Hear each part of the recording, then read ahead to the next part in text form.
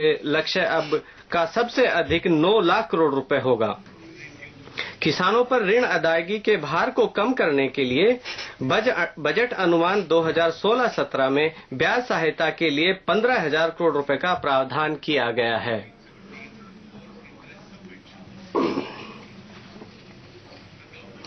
सरकार ने अति महती और अग्रणी स्कीम अर्थात प्रधानमंत्री फसल बीमा योजना का अनुमोदन किया है। इस स्कीम के कारगर कार्यान्वयन के लिए मैंने बजट 2016-17 में 5,500 करोड़ रुपए का प्रावधान किया है। हमें यह सुनिश्चित करना है कि न्यूनतम समर्थन मूल्य के लाभ देश भर के किसानों को मिले। आप चाहे तो बैठकर पढ़ सकते हैं। इसके लिए 2016-17 के 3 पहल हमने की हैं। पहला, शेष राज्यों को विकेंद्रीकृत अधिप्राप्ति करने के लिए प्रोत्साहित किया जाएगा।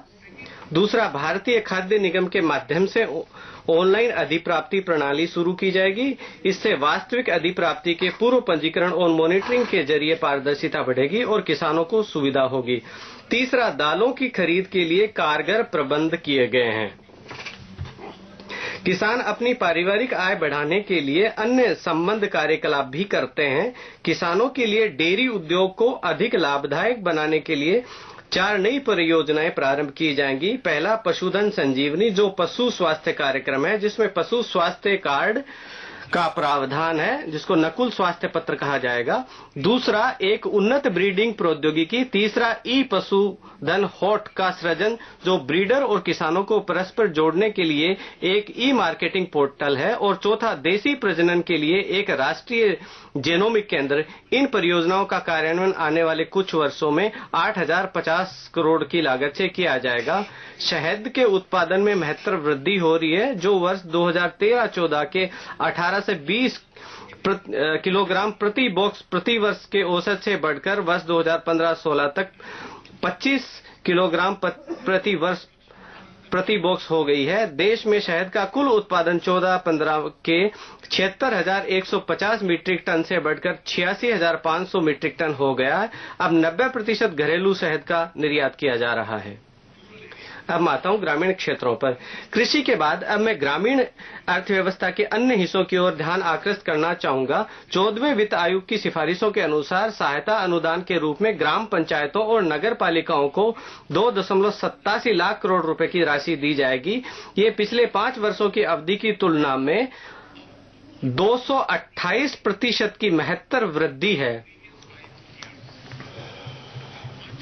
इस निधि के मौजूदा आवंटन से प्रति ग्राम पंचायत औसतन 80 लाख रुपए से अधिक और प्रति शहरी स्थानीय निकाय 21 करोड़ रुपए से अधिक की सहायता मिलेगी।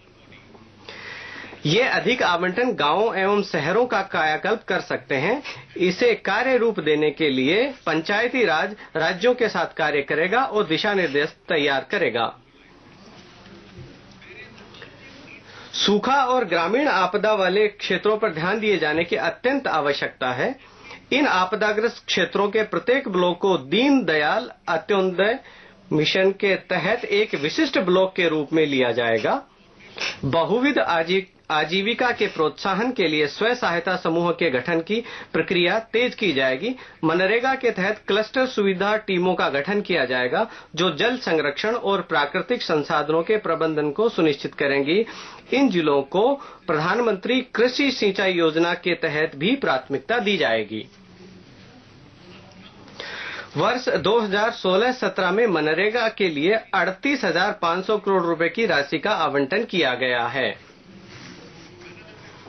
अध्यक्ष महोदया, ये जो धनराशि है, ये अब तक की सबसे ज्यादा धनराशि खर्च की गई है मनरेगा के अंतर्गत। श्यामा प्रसाद मुखर्जी ग्रामीण शहरी मिशन, जिसका शुभारंभ हाल ही में माननीय प्रधानमंत्री द्वारा किया गया है, के तहत 300 ग्रामीण शहरी क्लस्टरों का विकास किया जाएगा। ये क्लस्टर किसानों के लिए अवसंरचनाएं, सुविधाएं और बाजार पहुंच सुलभ कराकर ग्रामीण क्षेत्रों में विकास केंद्रों का परिपोषण करेंगे। ये युवाओं के लिए अधिक रोजगार के अवसर भी प्रदान करेंगे।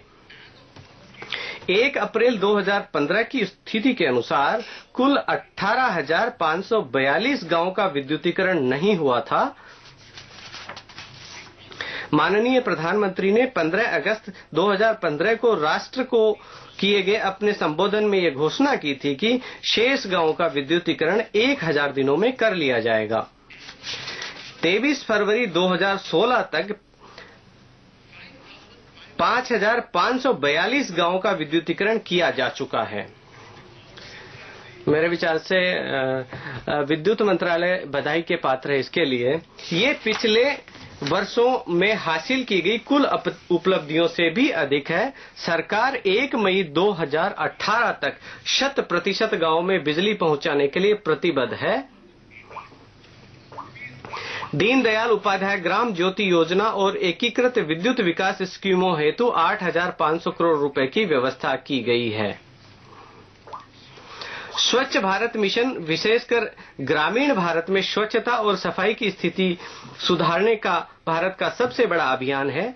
ये विषय राष्ट्रपिता के हृदय के करीब था। स्वतंत्रता प्राप्ति के बाद पहली बार संसद में स्वच्छता पर एक व्यापक बहस हुई। ये लगभग प्रत्येक परिवार में चर्चा का विषय बना। हमने स्वच्छता के संबंध में शहरी क्षेत्रों के श्रेणीकरण की शुरुआत की है, जिसके परिणाम स्वरूप नगरों और शहरों के बीच एक रचनात्मक प्रतिस्पर्धा शुरू हुई है। स्वच्छ भारत अभियान के लिए 9000 करोड़ रुपए की इस बार व्यवस्था की गई है। इस रफ्तार को बनाए रखने के लिए उन गांवों को पुरस्कृत करने हेतु केंद्रीय प्रायोजित स्कीम से प्राथमिकता प्राप्त आवंटन किया जाएगा, जो खुले में सोच करने की समस्या से मुक्त हो चुके हैं।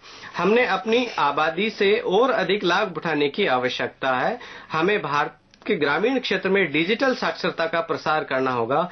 16.8 करोड़ ग्रामीण परिवारों में से 12 करोड़ परिवारों के पास कंप्यूटर नहीं है और इन परिवारों में शायद ही कोई व्यक्ति होगा जो डिजिटल दृष्टि से साक्षर हो। हम डिजिटल साक्षरता को बढ़ावा देने के लिए 2 स्कीमें पहले ही अनुमोदित कर चुके हैं। ये स्कीम है राष्ट्रीय डिजिटल साक्षरता मिशन और डिजिटल साक्षरता अभियान दिशा। अब हम ग्रामीण भारत हेतु एक नई डिजिटल साक्षरता मिशन स्कीम आरंभ करने जा रहे हैं, जिसमें अगले 3 वर्षों के भीतर लगभग 6 करोड़ और परिवारों को शामिल किया जाएगा।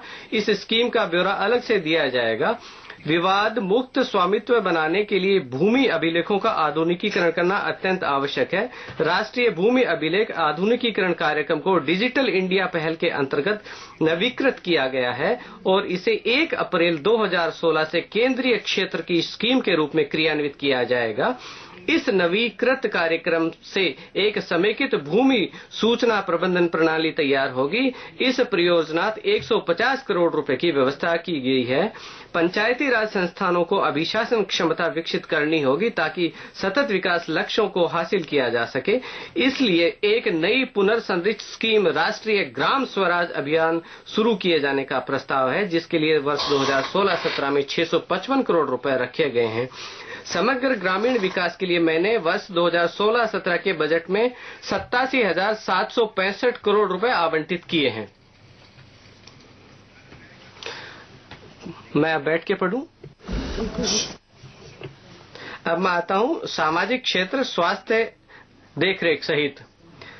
जब स्वामी विवेकानंद से पूछा गया कि भारत के पुनर्निर्माण के लिए हम क्या करना चाहते हैं, तो उन्होंने कहा था जब तक भारत की जनता एक बार फिर से शिक्षित नहीं होती, उसे पर्याप्त भोजन नहीं मिलता, उनकी देखभाल नहीं की जा सकती, तब तक उसके लिए राजनीति के कोई मायने नहीं है।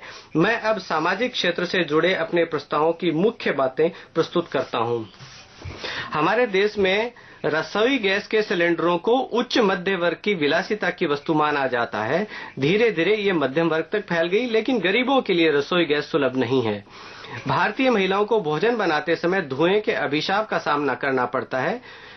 विशेषज्ञों के अनुसार रसोई घर में आग जलाना 1 घंटे में 400 सिगरेट जलाने के बराबर है। इस स्थिति में सुधार लाने का अब समय आ गया है। हमने गरीब परिवारों की महिला सदस्यों के नाम से एलपीजी कनेक्शन मुहैया कराने के लिए एक विशाल मिशन आरंभ करने का निर्णय लिया है। मैंने इन एलपीजी कनेक्शनों को मुहैया कराने के लिए आरंभिक लागत पूरी करने के लिए इस बजट में 2000 करोड़ रुपए की व्यवस्था की है। इसमें 16-17 में लगभग 1 करोड़ 50 लाख बीपीएल परिवारों को लाभ होगा। ये स्कीम कम से कम 2 वर्ष तक जारी रहेगी ताकि इसके तहत कुल 5 करोड़ बीपीएल परिवारों को शामिल किया जा सके। इससे देश भर में रसोई गैस की सर्वसुलभ कवरेज सुनिश्चित होगी। इस उपाय से महिलाओं का सशक्तिकरण होगा और उनके स्वास्थ्य की रक्षा होगी।